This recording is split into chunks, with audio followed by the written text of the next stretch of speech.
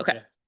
Welcome to Murder on the Land and Sea Extrajudicial Drug War Killings in the 21st Century, a side event at the 69th session of the United Nations Commission on Narcotic Drugs, organized by the DRC Net Foundation, aka StopTheDrugWar.org, with co-sponsors Associazione Luca Cocchiene, Drug Policy Alliance, Forum Droge, International Drug Law Advocacy and Resource Center, No Peace Without Justice, No Box Transitions Philippines, the Philippine Coalition for the International Criminal Court, Veterans Action Council, the Washington Office on Latin America, and Students for Sensible Drug Policy, or SSDP. Thank you also to members of the local Filipino community, and especially Maricel Rojas, for their support. If you're joining us in person here today, please add your name to the sign-in sheet.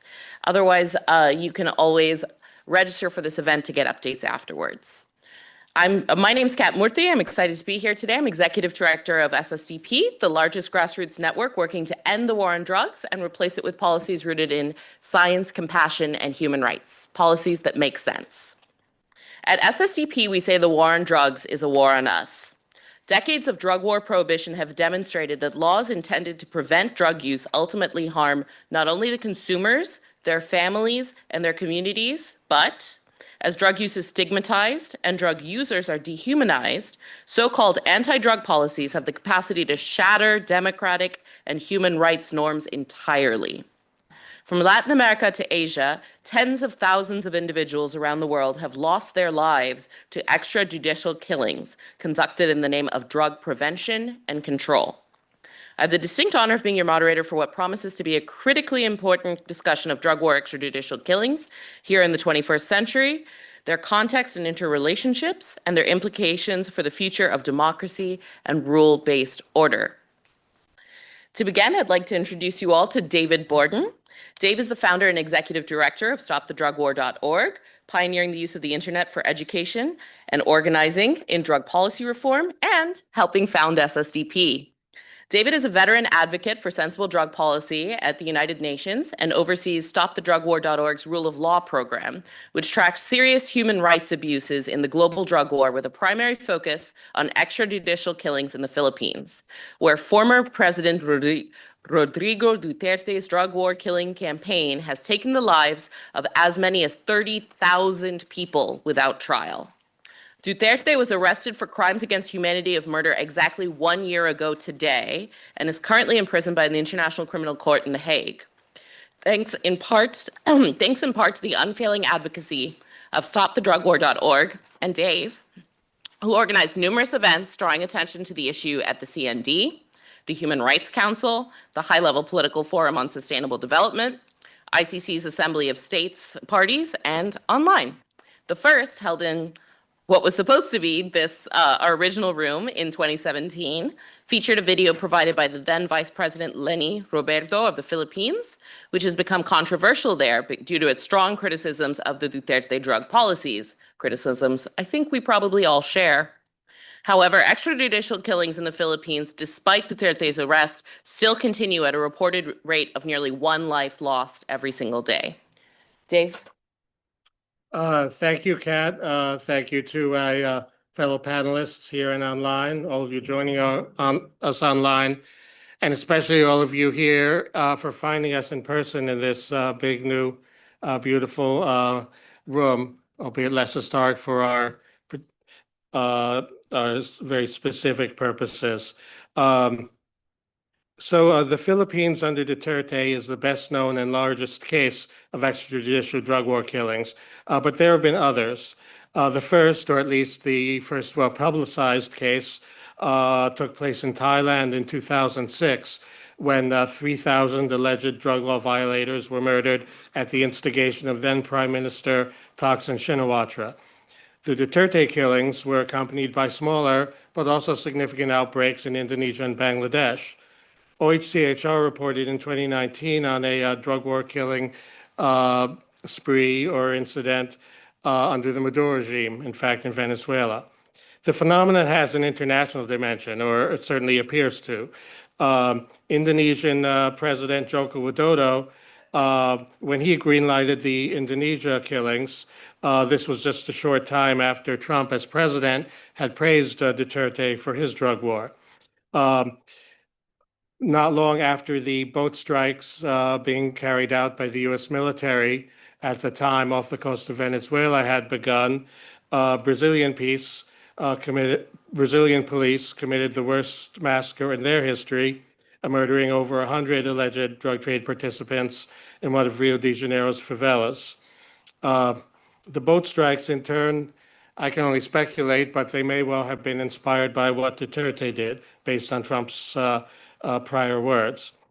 At least one official in the Caribbean, the Prime Minister of Trinidad and Tobago, has praised the boat strikes using violent language herself.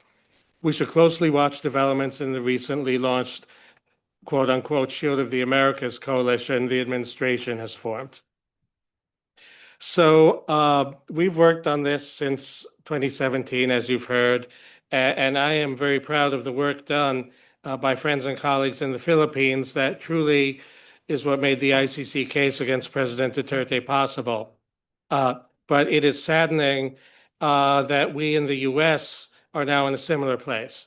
Though Trump's drug war killings have so far remained outside of our borders, and though the numbers, 158 to date, 6 of them just this week, compared with Duterte's are still small, it's bad enough. And Trump's drug war killings might not remain outside our borders. Escalating violence by immigration and border agents in the president's mass deportation campaign raise our concerns on that latter point. For me, at least, the president's very dramatic negative shift toward unfavorability in polls, over 30% among some key demographic groups, also raises this concern. What might Trump feel he needs to do later this year? Whether those fears of worse things to come are ever realized, the tasks we face in the US now are parallel to those that were undertaken by our friends and colleagues in the Philippines. Stopping the killings while systematically gathering the evidence that will be needed for eventual criminal prosecutions of the civilian and military officials who have directed this extraordinarily violent, ongoing crime, a crime of the highest order. Easier said than done.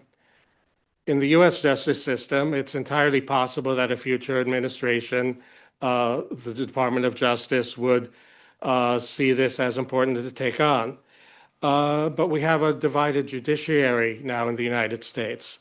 Our Supreme Court, which is controlled by an ideologically extreme, possibly politicized majority, made a series of unprecedented interventions during the year leading up to our election, which made it impossible to complete prosecutions that had been initiated against President Trump for crimes that were also of the highest order, which had been broadcast live on television. That majority also issued a much condemned ruling on presidential immunity, which, along with protecting a chief executive for crimes committed in the course of carrying out presidential duties, most shockingly barred prosecutors from even gathering information in such situations. Although a footnote written by the Chief Justice supposedly offers some kind of path for that. Internationally, the most likely prosecutions to happen would be under universal jurisdiction laws that many countries now have, in which advocates can initiate cases over alleged human rights violations. These are the most likely because advocates like us can start them. The other option, and this is for hard accountability, I'm not going to address what I'll call soft accountability measures for raising the issue, is the International Criminal Court. For that to be possible, it would be necessary to demonstrate that a given boat, which was destroyed by a US strike, was registered with a country, the government of a country that is a member of the Rome Statute. This would give the court jurisdiction under the maritime provisions of Article 12. One of the chief barriers to obtaining such information, or indeed any information about victims, you may have noted, there have been very few specific reports about who's been killed or any other details, is the suppression of information done very effectively by the Venezuelan government itself, and by the fear instilled in people by the actions of the US government. Both of these have made victims afraid or even unable to speak up. For the ICC to take this on, it would also be necessary to demonstrate that the crimes have sufficient gravity to justify the involvement of the ICC, which is meant to address the world's worst crimes. Even the thousands acknowledged, or the tens of thousands alleged, believed to have been killed, had that question. With these boat strikes, despite the small number, it's the case that the chief executive of the world's largest government has asserted an unchecked right to kill. And in one way, the Trump administration has gone further than the Duterte administration in that Duterte's chief spokespersons claimed, while the president took credit for the killings, that he was joking or that the victims fought back non-Laban in Filipino, and that's why they were killed. Trump's chief people have defended the killings directly and asserted that they have the right to do it. So I am told I am out of time. Thank you for doing your job. I'll just say that lastly, that if more people had spoken up about this and made it clear that murder is murder, people on the right in the US, a more full set of the Democratic politicians in the US who did not cheer the killings, but some of whom were reticent. Leaders of European governments, especially, who were not full-throated about this. Perhaps the death toll would be smaller, and perhaps the risk of extrajudicial killings spreading to other countries would also be smaller. One of the ways that authoritarians advance their agenda is by exploiting issues which divide the opposition. Thank you, and thank you.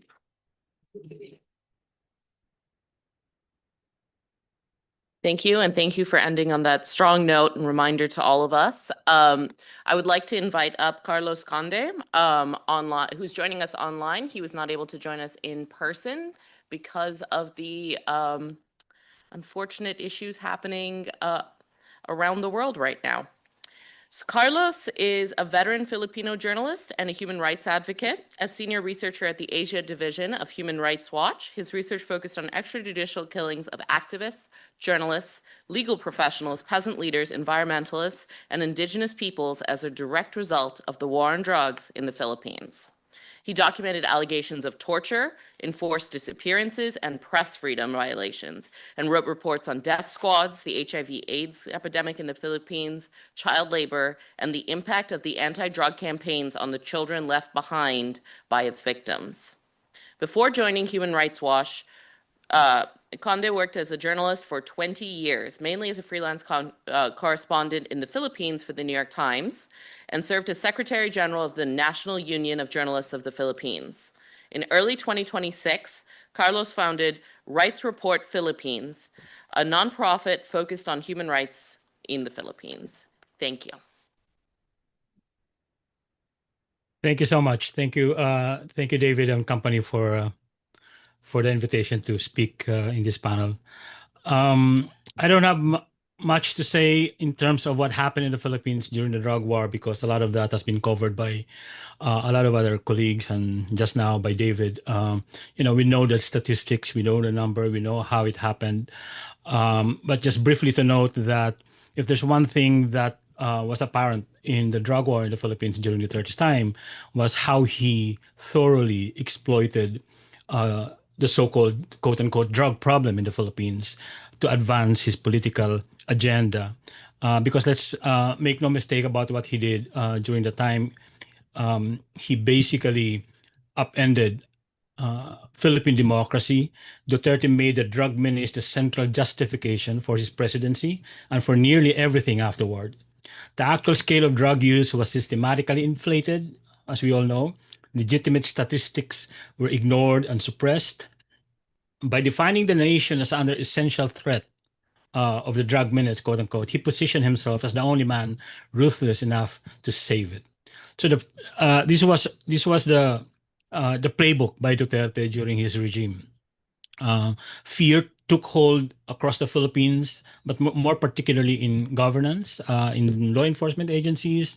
The campaign, the double barrel and the Tokhang campaign, these are the drug campaigns that resulted in the killings of thousands and thousands of people, was not only a policy from the executive department, but it was enforced across the Philippines as a method of fear, as a method of control. So this was all really, really documented. And the effect of that is we have had in the Philippines, a civil society that is under threat, a media that's been severely under pressure. We have human rights defenders who are intimidated, and we have a largely Philippine population that's still not brave enough to speak out then and even now. That the magnitude of the support Mr. Duterte gets from his supporter here and in abroad, particularly in the diaspora, they're still framing the narrative in the Philippines about what happened, and even on the issue of accountability for Mr. Duterte in the ICC. And this is a huge problem that we're facing now as Mr. Duterte is facing justice at the ICC. You see here an increasing number of disinformation campaign by his supporters. You see an increasing number of intimidation and threats by his supporters online and even offline. The problem has not disappeared just because Mr. Duterte is in the ICC. And more than that, the legacy of the drug war, the legacy of this brutal policy in the Philippines is, I think, it will take decades to reform. In terms of the law enforcement, for instance, we have a situation here where everybody's convinced that the Philippine National Police and many of their attached agencies were willing participants. It was clear from the very beginning that they were willing participants in the brutality, but also now they are perceived to be protected by their own. This was clear in the way the police in the Philippines during the drug war behaved with impunity, and the promise by Mr. Duterte to protect them apparently was one of the main reasons why they kept doing what they're doing. And so far, we have not had any significant number of police officers or officials who have been taken to account for all the killings that had happened. So far, it's only Mr. Duterte that's in the ICC, but we hope that many more will be taken to the court. We don't know when that will happen. Now, finally, I would like that's a kind of a general overview of what's been happening here. I'm conscious of the time, but I would like to touch on what David said at the end of his presentation, which is the role of the international community here. I cannot stress enough, and this has been something that's really bothering me for a long, long time. I cannot stress enough how the international community has failed in its duty to stop the drug war in the Philippines, or at least to mitigate the impact. I'm talking about the UN Human Rights Council and other attached UN agencies. They know what was happening. They had the numbers, but nothing happened in any significant manner. The UN Human Rights Council Commission on Inquiry was never materialized. They had in its place what they called the UN Joint Program, but that was mostly workshops and capacity building, but never really on accountability. The EU is also a total failure on this one. While we often hear European officers or officials saying that they're committed to democracy and they have certain programs in the Philippines, the most important tools that the EU had to try to stop the drug war or to influence the outcome, they never use it. I'm talking about the GSP Plus, the General Scheme of Preference Plus, which is a tariff regime that they should have used on the Philippines. They did it in Sri Lanka, but they did not do it on the Philippines. The question now is, why is that? And now the European Union and the Philippines are in the middle of negotiations for a free trade agreement, and nothing so far that we see in the reporting of these free trade agreement negotiations has any indication of a rights-based approach. Finally, the ASEAN, the Association of Southeast Asian, is an utter failure in this one. It's its policy of non-interference among members is partly a main reason why the ASEAN has failed massively. In fact, it didn't do anything about what was happening in the Philippines. So this is a total failure of the international community in the Philippines. And I just hope that, in the coming years, that is going to change, especially with, the continuing campaign for accountability here for the drug war killings. I will stop there, and I'm sure there are others who will have questions. Thank you.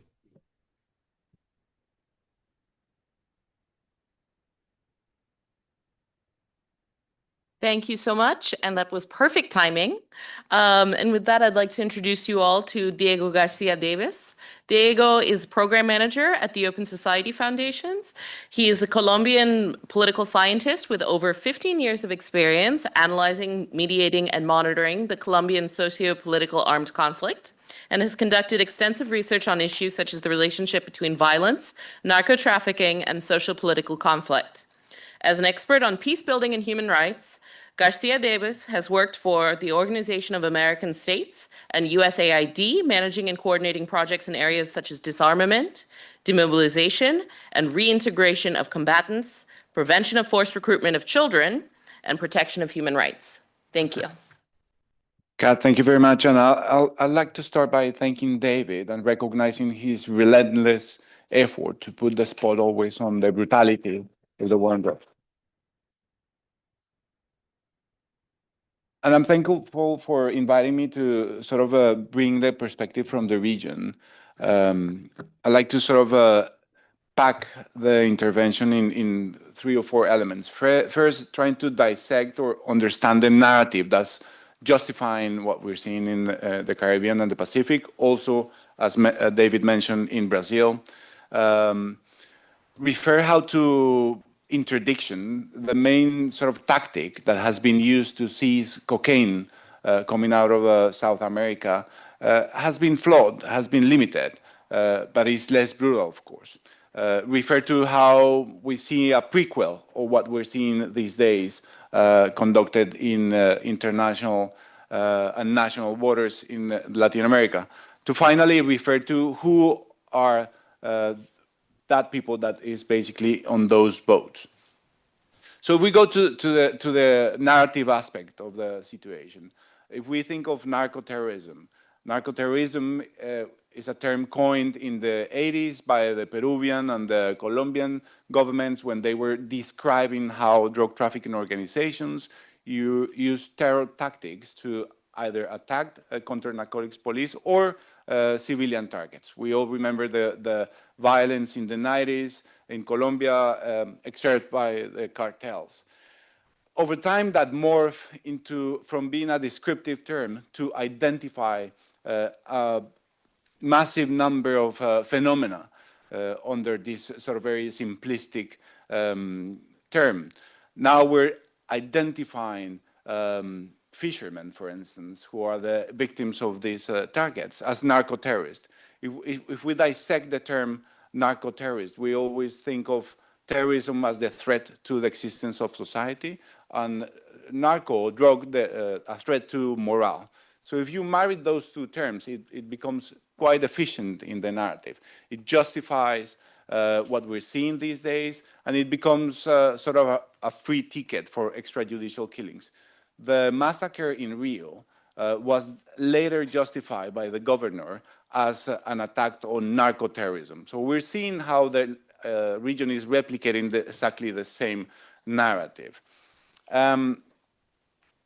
Interdiction, on the other hand, has been normally used by law enforcement following a very sort of tight process of intelligence, then actions and law enforcement. And we see the metrics that the World Report announces every year on the amounts, tons of cocaine that have been seized.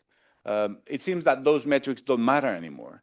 We don't know how many cocaine has been stopped due to those airstrikes. But interdiction is flawed in any case. Interdiction has its limitations. I was speaking to a couple of experts that are present in the room, and they can talk more about how cocaine moves on the sea, especially on containers, on legal vessels that move around the world. Only less than 10% of those containers are scanned. And the amount of cocaine that's found on those containers is immense. So again, metrics matter very much, but in those efforts, we haven't seen a missile have been fired. So what we can do around that policy, potentially targeting and doing more intelligence on those corruption networks at ports, not only in Latin America, in Europe and the US as well. But where we come from, we have to remember Operación Martillo, Hammer Operation, which was an operation in the Pacific Sea, which was an agreement between Latin American countries and foreign law enforcement for those law enforcement patrol international waters, detain fishermen, board vessels with international flag or foreign flags, and bring them to court in North America. What had happened since then is an evolution and a deterioration of human rights, of course. Operación Martillo just basically disappeared fishermen that went into the sea. Those families didn't know where they were. They were sentenced to 15, 20-year sentences in the US, having all that impact in impoverished communities. Operación Martillo also created this void, legal void, in which the fishermen were detained, brought into US Navy vessels, kept there for weeks without due trial, of course. Who are these families? Who is these people that's basically conducting and carrying cocaine? These are basically artisanal fishermen from the Pacific and the Caribbean, mostly Afro-Latino communities, impoverished, usually men between 20 and 50 years old. 10 years ago, we conducted a research, or we support an organization conducting a research trying to characterize those communities that were affected by the Operación Martillo Hammer operation in Ecuador. And we saw that these communities, fishery communities, were pressured by piracy, lack of access to state support, and of course, the impact that we're seeing these days. Just to close with a reflection, we're seeing the governments directing their harshest violence against, of course, poor communities again. Most cocaine moves through legal vessels, and we're seeing performative violence, which is very profitable in narrative and politically. I'd like to close with a quote from a relative from one of those fishing families. "The fish are scarce. There are pirates who rob them at sea. My brother, now in prison, was robbed several times, so he took the other route. Our family suffered many problems. For instance, my 5-year-old daughter was kidnapped and killed by drug trafficking organization to pressure us engage in cocaine trafficking. To help us, my brother decided to engage in cocaine trafficking." So again, this is not about a narco-terrorist. This is about coastal families living in shrinking livelihoods. Thank you.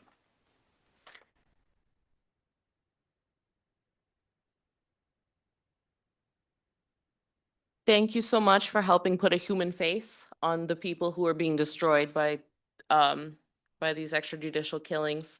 With that, I would like to invite up Annie Scheel, who is joining us digitally as well. Through her role as the U.S. Advocacy Director at the Center for Civilians in Conflict, or CIVIC, Annie leads policy analysis and advocacy around the civilian harm implications of U.S. military operations and security assistance, engages with U.S. policymakers, lawmakers, and advocates to engage the protection of civilians in conflict, and helps build coalitions of like-minded organizations to advance U.S. policies that improve the lives of civilians living in conflict. Prior to joining CIVIC, Annie worked as a research program manager at Stanford University, where she led research on civilian harm and humanitarian response. And she spent 3 years at the U.S. State Department, where she worked on human rights, civilian protection, and security sector reform as a founding member of the Bureau of Democracy, Human Rights, and Labor, or DRL, Office of Security and Human Rights. Annie? Thank you so much, Kat, and thank you to my fellow panelists. Thank you all for having me. My name is Annie Scheel, as you noted, and I'm the U.S. Director at the Center for Civilians in Conflict, or CIVIC. We are a global humanitarian organization focused on protecting civilians in conflict. We have teams operating in conflict-affected communities around the world. And I lead, as you noted, our work in the United States, where we advocate for U.S. policies that protect civilians. I will also be speaking today about the recent U.S. use of force in the Caribbean and the Pacific under the guise of a so-called war on drugs and the legal and moral stakes of these strikes. And I want to start with the fact that, despite the fact that my organization focuses on the protection of civilians in conflict, I want to start with the very important point that when we talk about these strikes in the Caribbean and the Pacific, there is no armed conflict here, right? The U.S. is not at war against drug trafficking organizations. Alleged drug traffickers are not lawful military objectives, and there is no evidence that those targeted pose any imminent threat to individuals or to the United States. And so that means that whatever their identities, the more than 150 people killed now in these strikes were civilians. And the strikes amounted to, as others have noted, extrajudicial executions, extrajudicial killings, or murder. This is true under international law, right, where we know that all people, no matter where they live or what crime they have been accused of, have fundamental human rights, including the rights to life and to due process. When someone is accused of a crime, they get a trial, not a summary execution. Yet instead of interdicting vessels, including some that have been documented as turning around, President Trump has chosen to simply kill the accused. No arrest, no evidence, no trial, just a summary execution. And indeed, UN special rapporteurs have condemned these strikes as extrajudicial killings in violation of international law. And a former chief prosecutor at the International Criminal Court has said that these strikes amount to crimes against humanity as a planned systematic attack against civilians during peacetime. I also want to note that these strikes are also illegal under U.S. domestic law, right? Under the U.S. Constitution, it's the U.S. Congress, not the president, who has the role and responsibility to decide when, where, and against whom the United States uses force. Congress has not authorized the use of military force against criminal groups, and the designation of criminal groups as foreign terrorist organizations does not unlock any exceptional wartime authorities. I also think it's important to note here that in addition to the precedents from the harmful war on drugs, in quotes, in which the U.S. has conducted, these strikes also expand on decades of power abuses from the so-called war on terror, in which the U.S. has conducted lethal strikes to kill terror suspects outside of conflicts to which the United States is a party, and again, in gross abuse of congressional authorizations. But these strikes do also break very dangerous new ground, given both the lack of any armed attack against the United States and the complete lack of domestic authorization by Congress. Other panelists have, I think, also really emphasized the important human cost, the human impact of these strikes and other similar operations, and I want to do the same here. The human impacts of these extrajudicial killings are far-reaching, right? So we are seeing, of course, again, first and foremost, the murder of over 150 civilians in a violation of the fundamental right to life. These strikes also cause devastating harm to families and communities of those killed, who may never know what happened to them, right? The identities of most of these victims remain unknown, and so for these families, this is a disappearance. We are also seeing reports of intense fear and psychological trauma for coastal communities in the region who have experienced bodies washing up on the shore, and as my fellow panelists noted, fear for their lives when they fish, when they support their livelihoods. The impact is not limited to the victims, their families, and their communities, but also to the rule of law that is meant to protect all of us. Underpinning these strikes is the extremely dangerous notion that the US president can label anyone a quote-unquote narco-terrorist and execute people who have allegedly committed crimes without due process. Under the administration's apparent reasoning, there seems to be very little preventing murders of other alleged criminals, drug traffickers or otherwise, inside the United States. Accountability for these violations is, of course, critical, and yet at the same time, as we know, can be very, very challenging in the US and the international system. Within the US, I actually want to start with one critical aspect of accountability, which is non-repetition. And that is that first and foremost, these strikes have to stop, and we cannot allow them to be normalized as they are really currently being, right? We are seeing them constantly reported. US Congress, as I mentioned, has a very important role to play here. Congress must condemn these strikes as unilateral, unconstitutional, extrajudicial executions and reassert its power to decide whether or when the United States uses force. Congress should also demand a thorough and transparent investigation into the strikes and their compliance with US and international law. And using its constitutional power of the purse, Congress should refuse to fund airstrikes like those that are being carried out today. Legal accountability is, of course, also critical, though, again, historically very challenging in the US context, both due to challenges with domestic prosecution of government officials related to security matters, and also due to US rejection of ICC jurisdiction. There are currently ongoing cases against the US brought on behalf of victims, though we don't yet know the outcome of those. Universal jurisdiction is, of course, another possible advocacy or accountability pathway, which could apply in states in which victims are nationals or even uninvolved states. It's also very important to focus on securing accountability, amends, and reparations for victims and their families. Civic, my organization, was founded on the concept of victim-centered amends for civilian harm. And in so many cases, not only are we seeing that political will is, of course, a paramount challenge here, but so is safely reaching families of those killed and ensuring that they can pursue accountability with full agency and ownership, especially given the fear that has been noted already. And then lastly, in this multilateral forum, I also want to emphasize the responsibility of the international community and third states, right? So third states providing support to the United States to carry out these killings need to cease this support immediately. Extrajudicial killings and crimes against humanity are internationally wrongful acts under customary international law, and third states can incur legal responsibility for aiding or assisting another state in their commission of these internationally wrongful acts. In addition to state responsibility, U.S. airstrikes in the Caribbean and Pacific implicate individual criminal responsibility under international criminal law. State officials and other individuals can be held liable for aiding and abetting U.S. extrajudicial killings and crimes against humanity. So countries that are enabling these strikes through things like intelligence support, U.S. basing, or other relevant forms of cooperation should cease their support immediately or risk incurring legal liability. And I will note that we've already seen several major U.S. security partners, including the United Kingdom, the Netherlands, and Canada, cease intelligence sharing in connection with these legal strikes due to that risk.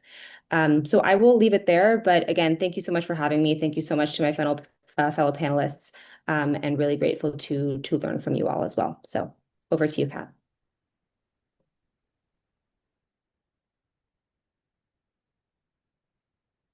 Thank you so much, Annie. And with that, I would like to invite questions from the audience here today. For those of you who are joining online, please feel free to drop your questions into the chat box, and we'll be looking for those as well. For those of you in the room, you can simply raise your hands, and I will request that you keep them short. And remember, the question ends in a question mark. Hi, briefly, 2 points I want to make. My name is Pien from Transnational Institute. The first point refers to intelligence sharing and it's around the issue of the role of the international community, how silent they have been and how worrying that is that on these attacks in the Caribbean specifically. We've tried to get the Dutch government, because the Kingdom of the Netherlands has territory in the Caribbean and has 2 military bases that are being used by the US. And we have tried to alert them to the risks. And we've understood that the intelligence sharing has stopped now, but still it's very unclear to what extent these bases are used. And we're still trying to investigate a little bit more.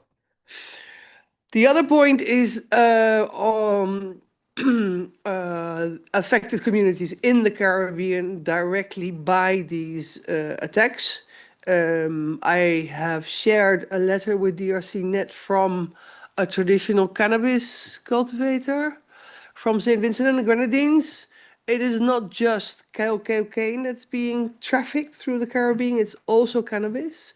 And I asked him to give his opinion about what the effect has been of these attacks in the region, and he wrote a letter that I've shared, and I think it will be made available through the DRC network with the public, so you can all read what they experience as an effect of these attacks. So it's not actually a question, it's just 2 remarks I want to make. Do we have any other questions? All right, then I will Yeah, we do have. we have one online. Okay, Filene Edbauer from My Brain, My Choice initiative asks, A question for Carlos Conde. Have medical professionals and addiction researchers formed some opposition to the war on Shabu in the Philippines or the Asian region? Yeah, Carlos, if you'd thanks like to for come the, on yeah. mic, yeah. Yeah. Thank you so much for the question. There certainly have been medical professionals and groups like NOBOX, which I think was also involved in this event, who have opposed the drug war and the violence. But the problem was there was just too much, I think, popularity by Mr. Duterte, and also the police operations were just so thorough, and it basically just kept everybody else silent about what was going on and just approved what was going on. To the credit of these medical professionals, we have the Medical Action Group, for instance. They've done their share in documenting many of these abuses. We have the No Box Transition, who also did the same thing, and also certain groups in many other places in certain places in the Philippines, not just Manila, who also helped document the impact of the drug war. So yeah, there have been some of those.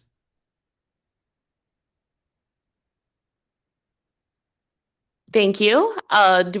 If we don't have any other questions, I have one. I'm going to take the moderator's prerogative on this one. I'm curious. So again, today is the 1-year anniversary of Duterte's arrest. He is currently being held at the ICC. What happens from here?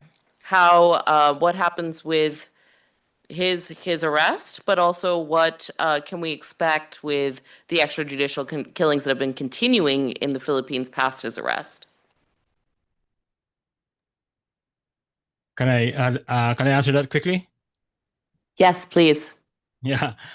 So since the confirmation of charges hearing in The Hague, late last month it started. As you know, the chamber has 60 days to decide on whether to pursue a case against Mr. Duterte. So we are now like on a wait and see mode here in terms of what's gonna happen next. There's a lot of anticipation about the real possibility that the chamber will confirm the charges and then bring this to trial. So, I mean, particularly for the victims of the drug war, that is something that's in their minds, and they are hoping that will happen. Yeah. I'll add to that. There is an issue that will be coming before the appeals chamber in the ICC, which has already gone through the pretrial. This is a jurisdictional question relating to the fact that the Philippines' withdrawal from the treaty was effective in March 2019. Whereas the prosecutor did not submit a request to the pretrial chamber to initiate a full investigation until sometime after that. And a lot of the debate, and I wrote a couple of columns about that in Rappler, one in Rappler, one in Just Security. The debate centers around language in Article 12, referring to states that are parties to this statute, as well as in the article on withdrawal, Article 127, that matters already before the court shall not be prejudiced. And so there's a debate on what the implications of the use of the word are should be seen as, which I think is mistaken to even look at. I think it's the meaning of parties to this statute, which when one looks at that, it's easy to see that can mean parties at some past time of relevance. But there's even a debate over what the meaning of the court is, despite language in the treaty stating that the office of the prosecutor is part of the court.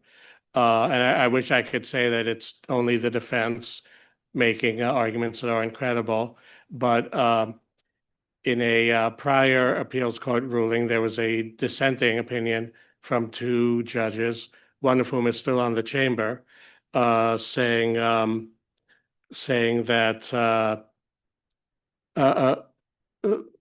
that the court could not exercise its jurisdiction at that point because of the withdrawal being effective. I think it's mistaken, but we're also waiting on that, and it sometimes keeps me up at night. I may quickly add, if I may, just about directly related to the question, is that really the onus now is on on President Marcos to go back to the ICC, to go back to ratify the Rome Statute. But there have been some discouraging signs that yesterday, or was it today, his spokesperson said that the Philippines under Mr. Marcos is not interested in going back to the ICC.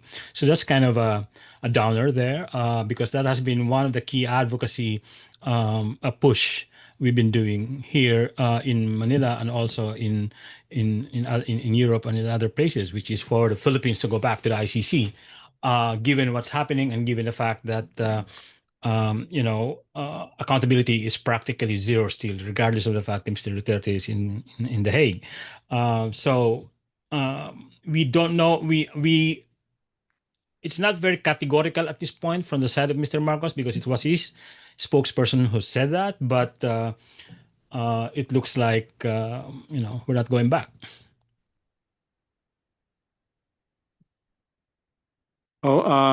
Inez, would you like to make your comment out loud so people in the room can hear it? Or we can Sure. read it, whichever you prefer. Oh, you can read it. Hi, everyone. Can you hear me? Okay. Yes. Can you hear? No, it was just a thought, I guess. Every time discussions around this happens, it's just that, well, I'll read out what I placed in the chat, essentially. I'm sorry, I cannot turn on my video, but it's just when I think about all these headline impunities, that they do not come from nowhere.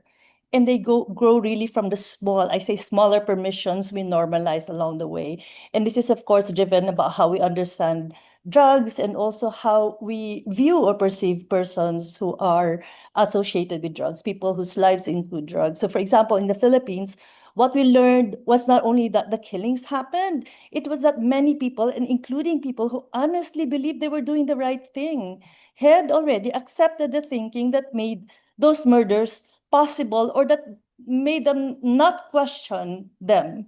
So for example, in the Philippines, it was about placing people in drug watch lists. People thought that was okay because they thought that was how you get help to people. And that punishing them or forcing them into treatment under the threat of arrest or being subject or the threat of being subjected to police operations is called care, or that stigma somehow served a social purpose. I was in a reform meeting where actually somebody who's moving around in the human rights space actually said, but we have to accept that stigma is beneficial to society. So if those kinds of thinking are there, these are the things that make impunity fester, and that we need to catch and recognize. Somebody actually said that, well, it's okay to sacrifice some lives of drug users for the greater good of society. Again, from somebody who's moving around in the right space. So I guess what I just wanted to put out on the table is this, maybe for some reflecting also, that beyond condemning the headline atrocities, how do we also recognize and interrupt this quieter, more insidious reasoning that still prevails? That keeps making the murders and things like this possible. So what are we still letting sound normal, for example, in our own spaces, in the way we talk, in the way we frame things when it comes to issues around drugs and persons and, concerns, matters around persons whose lives include drugs? What are the exceptions we're making that make it easier for people to accept the next atrocity? So those were just my thoughts for this one. So thank you so much. And that was Inez Feria from Nobox Transitions Foundation in the Philippines, who were sorry circumstances prevented from joining us all here at the CND. And what a wonderful sentiment or important sentiment, I should say, rather, to wrap up this panel on. We are coming up on time, but before we, So I do have one more. you have one more question? One more thing. I didn't get a chance to note. Okay, before- well, good news, because I was going to ask panelists for closing thoughts before we end the panel. Okay. Well, why don't you go first, Diego? Okay, thank you again, David and Kat, for an excellent moderation. The message is clear. We're using the most brutal tools that the state has to suppress poverty, to suppress marginalized communities, and we're not doing anything to protect public health or human rights. So it's basically a waste of lives, a waste of resources, and now we're seeing, if we account for the Brazilian victims as well, almost 300 families that lost their relatives under the tag of narco-terrorism.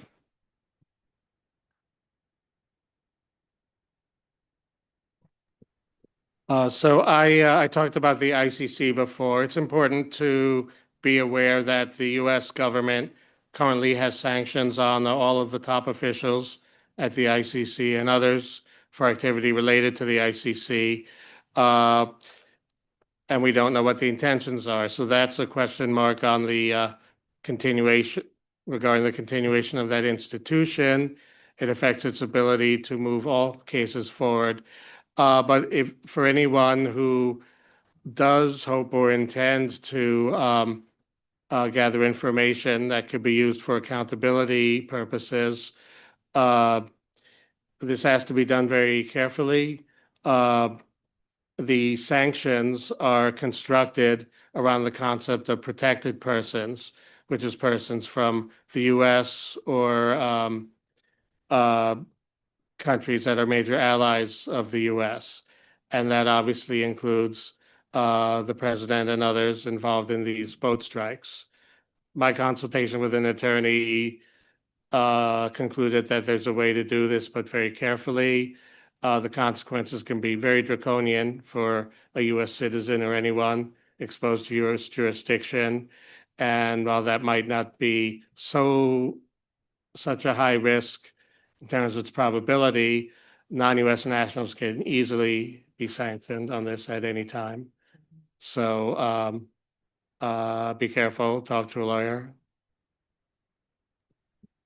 Always talk to a lawyer. Carlos, Annie, do you have some closing thoughts for us? Yeah, quickly. This is Carlos. Yes. Really now, domestic accountability mechanisms in the Philippines are shot. They're not working. They haven't really improved significantly since 2016 when Mr. Duterte came to power.